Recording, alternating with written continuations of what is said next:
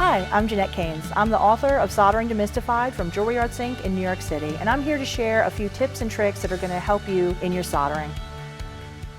Something a lot of students have trouble with is getting their seams to fuse properly. A big part of that is just getting your seam to butt together really nicely, even if you're a genius at fusing.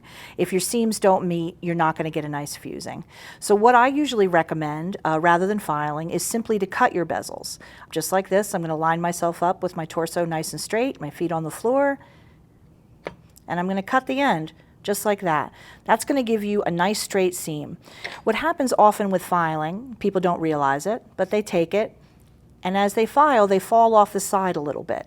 I'm sure a lot of you might have had the experience of where the center of the bezel is touching, but the outside edges don't touch. That comes from sort of imprecise filing, and most people don't have perfect hand control. I know I don't, so I usually lean it up against the bench and get it nice and straight if it's a really thick one. But for thin like this is 26 gauge, I'm normally just going to cut it with my scissors.